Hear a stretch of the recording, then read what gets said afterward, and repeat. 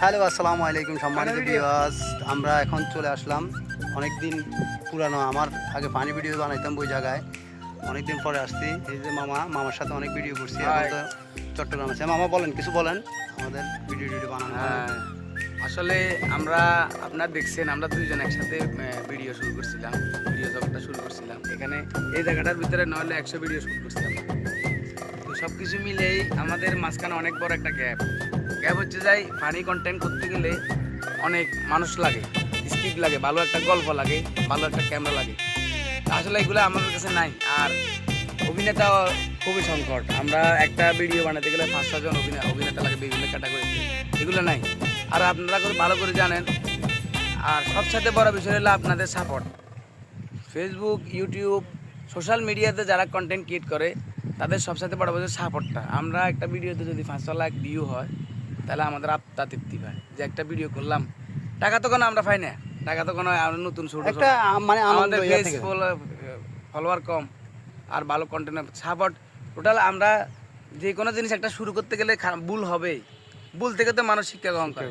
এখন দেখা গেছে আমাদের কোথাও কত ভুল ভ্রান্তি হয়েছে, আপনারা সাপোর্ট দিতেছেন ভাই। ভুল থেকে তো মানুষের শিক্ষা, আমাদের ছোট থেকে বড় হবে আস্তে আস্তে। এখন অনেকে বলে কুকুরের ছেলে মেয়ে এমনি বানা, আর ভাই ও ভিডিও বানায় 10 বছর ধরে, আমরা বানাই 1 বছর ধরে, তা আমাদের লাগে। এখন কথা ওটা না যাক, অনেক কথা ভিডিও অনেক লম্বা হয়ে যাচ্ছে। আমরা আসলে ওই কাজগুলো করছি, আর আমরা চাইতেছি মানবিক ভিডিও করার জন্য। আগে থেকে ইচ্ছা ছিল মানবিক ভিডিও, ফানি ভিডিওটা মাঝখান দিয়ে আসলে এমনি ইয়ার থেকে বানানো দুষ্টামি করে। মানবিক ভিডিও সামনে করবো ইনশাল্লাহ মামা, ঠিক আছে? করবো, আসবে। আর আমরা যদি ইনশাল্লাহ 2-4 টাকা যদিও আর্নিং হয়, আপনাদের আমাদের না শুধু আপনাদের সবাই লাভ। আর যখন আসবে তখন আমরা মানবিক ভিডিও করবো, মানুষকে সহযোগিতা করবো। আমার থেকে থাকলে আমি দিতে পারবো।